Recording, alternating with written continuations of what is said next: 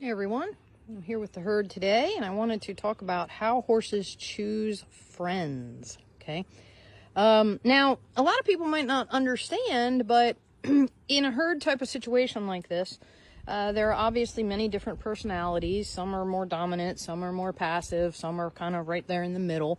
And horses, just like people, actually do choose certain friends. Okay. So it's really kind of fascinating to watch herd behavior, especially since, like, we just introduced 2 new mares into the herd.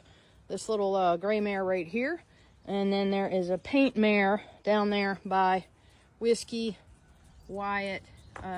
She's actually standing on the other side of Whiskey. You can kind of see her, that white and, yeah, that little paint over there. And I don't know their names. The barn owner, the person that dropped them off, never gave us their names, so we have no idea what these horses' names are. But anyway, so yeah, these mares were brought here, and it's been interesting to see how they have formulated friendships within the herd. And there's another clip that I'm going to show you later on of Whiskey actually making friends with one of the mares, and doing something that is very common when horses become friends. They groom one another. Okay, so they often, it's actually called allo grooming, ALLO grooming. They stand usually from like tail to head. So none of them are doing it right now. But in other words, one of the horses' tails would be here, and their head would be here. Sorry about that. I just startled that mare. It's okay, sweetheart. See, she's very spooky around people. She is definitely not used to people. But it's okay. She just flinched. All I did was walk, and she flinched. But anyway, what I was saying is they stand head to tail, and then, or sometimes they'll stand shoulder to shoulder, except one horse would be facing this way, and then you've got the other horse facing that way. And then what they will do is they will bite each other here, and they'll like really kind of like get in there, and they'll start really grooming each other, and, you know, biting and biting and biting and biting and biting. And it's it looks like they might be hurting each other, but they actually really love it. And it's a way for them to communicate. It's a way for them to bond. It's a way for them to make each other really, you know, feel very, very good, because this area in here where the withers are, that's a very, very sensitive area. This is where, like, when horses have babies, they will groom each other in there, and they'll bite in this area. So that's a great spot even for humans to be able to touch. It's a safe spot for a horse. I mean, assuming the horse is, you know, friendly enough. But anyway, they will do mutual grooming. And this right here is the example of the allo grooming that I was telling you about. This is Whiskey and the paint mare. I just kind of had to slip this clip in because I actually took it the other day, but you could see how they were, you know, kind of biting each other on the back up at that withers area, and that was how they were getting to know each other when she first arrived. So they did this for quite a while. It was kind of fun to watch. So that is an example of the allo grooming. They will also hang together. Like, you'll find that they create these buddy systems where they will hang together with certain horses. Like, for instance, Shakespeare is standing here, and Trixie is right on his tail. So Shakespeare and Trixie, they hang out together a lot because Trixie really likes Shakespeare. She feels safe around him. She feels protected by him. So she will hang with Shakespeare a lot. She will follow Shakespeare around. Whiskey and Wyatt are very close. There's Wyatt, and Whiskey is usually not too far from him. They hang out together all the time. They play together all the time. So these are all common, very common behaviors that you will see within horses who have buddied up. And another thing is, if they share mutual experiences together, like horses that travel together a lot and are put in the same horse trailer together, they will often form a bond, because it's honestly sort of a trauma bond, because they're getting on this scary trailer and they're going down the road together, and they bond over that.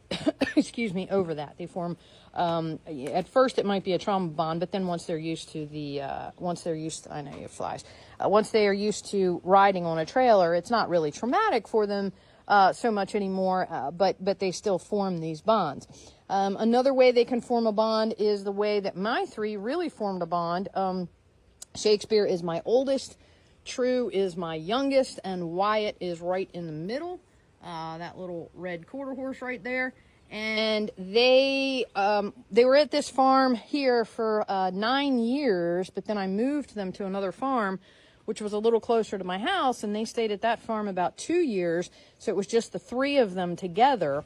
And then we moved back to this farm. So basically they became their own little unit, the three of them, with Shakespeare in the lead. Shakespeare took care of his herd, and he still very much considers True and Wyatt to be his, you know, his mini herd, his micro herd. He also raised True from a baby.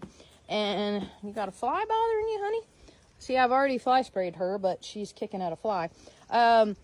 Anyway, that is another way that they can form their bonds, is if they're ever forced into a situation where they have to become their own little micro herd, then they tend to form very, very strong bonds.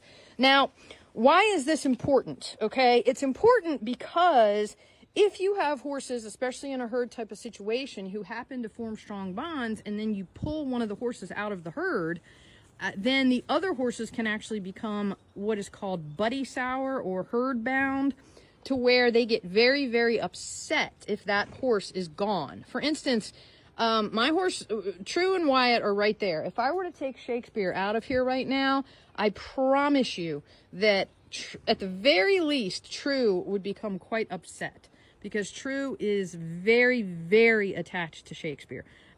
Even though Cutter is in there, and Cutter is the actual herd boss, she is wickedly attached to Shakespeare, and she relies on Shakespeare as her herd leader, and she relies on him for safety and security. I'm not saying she doesn't feel safe with the rest of the herd, because she certainly does, but Shakespeare is her go-to guy. And if I were to take Shakespeare like up to the barn right now, True would be very upset. Okay, she would start screaming, she would start calling for him. She would get over it. I mean, she's not so buddy sour. A buddy sour is a term that is utilized when one of their buddies is taken out of the herd, or if they are taken out of the herd. And then what happens is they become frantic and they start screaming for the other members of the herd. And so that's something that you do have to be aware of, because a lot of people aren't prepared for the fact that their horse is in with another horse, and then they take them out, and then suddenly one or both of the horses just go nuts. I mean, they start freaking out, they start running fence lines, they can't handle it, they work themselves up into sweats, you know. I mean, it can even go so far as to colic or ulcer. You know, it can cause very, very, very stressful situations for them. So you do need to be aware of that. Now, how do you combat that? The best way to combat that is basically, I hate to say this, but it's to keep doing it. You know, do it a little bit at a time, so that they know that that horse is coming back. So in other words, if I were to take Shakespeare out of here for, you know, 20 minutes or a half hour or something like that, and True's down here screaming and going crazy, well, she's just going to have to, as long as she's not going too bad to where she's running herself into the ground or something, then she's just going to have to understand the fact that, guess what, Shakespeare is coming back. You know, he is returning, and, you know, you just kind of keep doing that, and then you rotate them out. Like, I might leave Shakespeare in the herd, and I might take True up to the arena and let her see that, you know what, it's okay to be away from the herd. You have to trust your human. And then what I would do is, if she were really, really upset, or, you know, still acting crazy when she was away from the herd, then I would put her to work. Okay, I would make her focus on something different. So I would do groundwork with her. I would maybe hand graze her. I would make her understand that being away from the herd is not a bad thing. You are going to survive. You are going to live.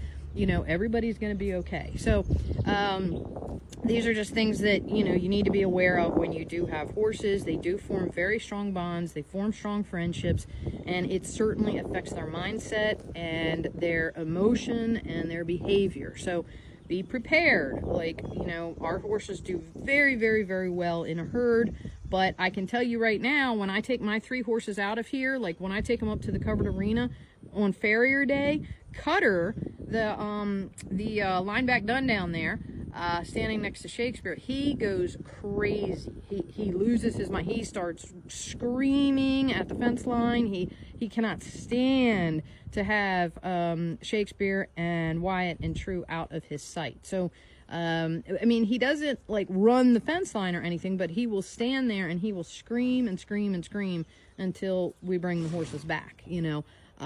It's just, they really become very, very attached. And Cutter and Shakespeare are like best friends. Those two standing right there, they are absolutely best friends. So Cutter gets very, very upset when Shakespeare is not around. Also, he relies on Shakespeare because Shakespeare is the co-leader of the herd. So it gives Cutter a sense of security, like, hey, if I'm not paying full attention, then I know I've got Shakespeare as my, you know, as my my right hand guy, so to speak. So, but yeah, these are all just things that you have to take into consideration when you have horses. Understand that they are sensitive, that they do have feelings, and you know, I'm not trying to be all airy-fairy or anything like that, but listen, you've got to be respectful of their feelings, and you've got to understand that they have insecurities as well, and they've got needs. So just, you know, try to accommodate them as best you can. That way it keeps your horse happy, and ultimately it keeps you happy. And even better than that, it very likely keeps you from extended vet bills, because if they're screaming and running through fences and going crazy, then, you know, that could result in some pretty hefty bills for you. So if this has helped you at all, please give us a like, repost. That really, really helps us if you just share this.